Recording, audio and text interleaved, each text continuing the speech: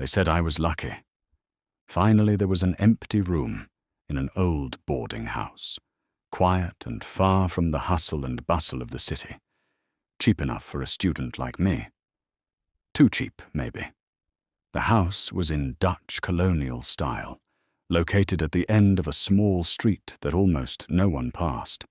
Old and quiet. The floor creaked every time I stepped on it, and the air inside felt damp, as if it held secrets that had been locked up for too long. My room was at the end of the darkest hallway.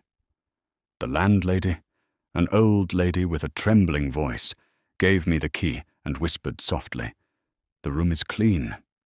Don't move the mirror. Let it be." I just nodded. Didn't think much about it. Maybe it's just a strange habit of old people. When I entered the room, I saw it right away. An old mirror, tall, with a jet black frame and fine carvings attached to the wall, facing the bed. The glass had small cracks, like veins, and as I stared at it longer, the air around me felt colder. That night, I tried to sleep, but around 2 a.m, I woke up. There was a sound, like a wet cloth being dragged across a wooden floor.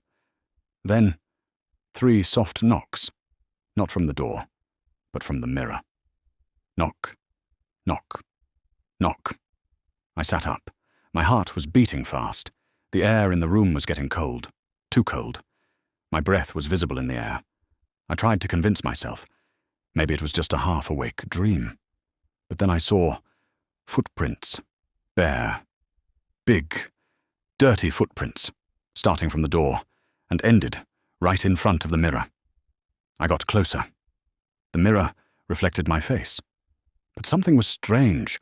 My reflection blinked. Too late. A split second, but enough to make my blood run cold. I stepped back, not a daring to sleep. All night I just stared at the mirror, afraid something would come out of it. When morning came, the footprints were gone. The mirror looked normal. Nothing strange, at least on the outside.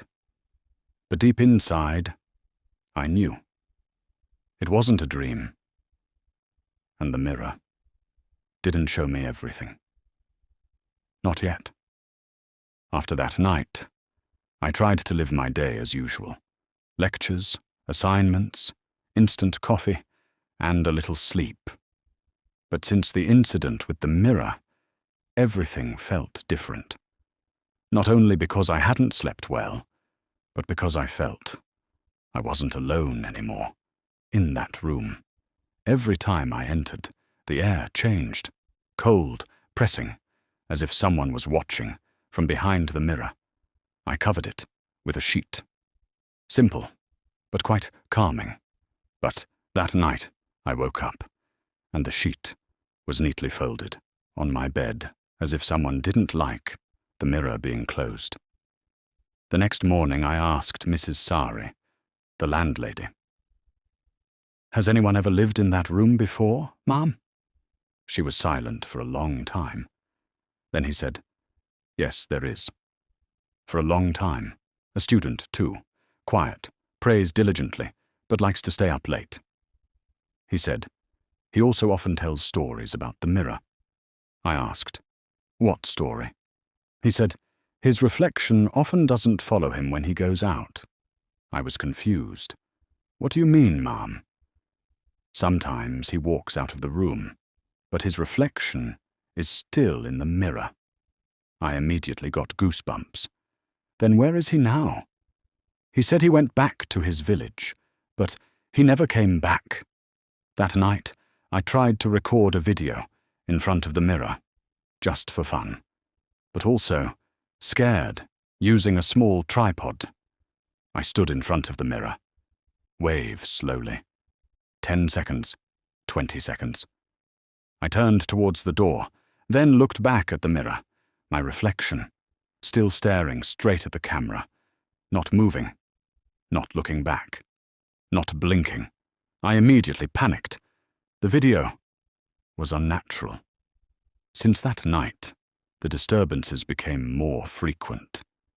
At 2 in the morning, there was the sound of footsteps, sometimes in the hallway, sometimes in the room. But when I opened my eyes, there was no one there. Once, I put my ear to the mirror. Quietly. Quiet. Then, a voice was heard. Software like the sound of someone praying, but faint, like from another world. I immediately stepped back. Cold, scared. The next day on campus, I told Reno a little bit, a classmate. Without mentioning the mirror, I said, there was something in the room. He was silent. Then asked, your boarding house is near the small prayer room, right? I nodded. He immediately became serious. He said, my friend used to live there too. His name is Fahri. He also told me about the mirror. I became even more tense. He once saw a white shadow standing behind him, but when he looked, there was no one there. And he heard the sound of cloth being dragged. I was speechless. That afternoon, I looked at the mirror again. I got closer. My hand almost touched its surface, and the mirror was fogged up. It was like someone was breathing from inside.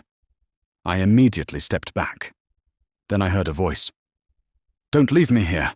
Immediately from inside the mirror, I ran out of the room. My breath was ragged. My heart was pounding. In the hallway, I bumped into Mrs. Sari. I immediately asked, who used to own that mirror, Mum? He fell silent. Then whispered softly, that's an inheritance. They said it could ward off disaster, but it turned out it actually became their home. That night, the lights went out at 1:53. I turned on the flashlight from my cell phone, looked in the mirror. The reflection of the room looked normal, but in the corner of the room, there was a shadow. Black. Silence. I looked straight into that corner. Empty. But in the mirror, the shadow was still there, and it got closer. When I looked deeply, I realized the shadow wasn't me, and it wasn't anyone. It was something. Something trapped in there. Or worse, something trying to get out.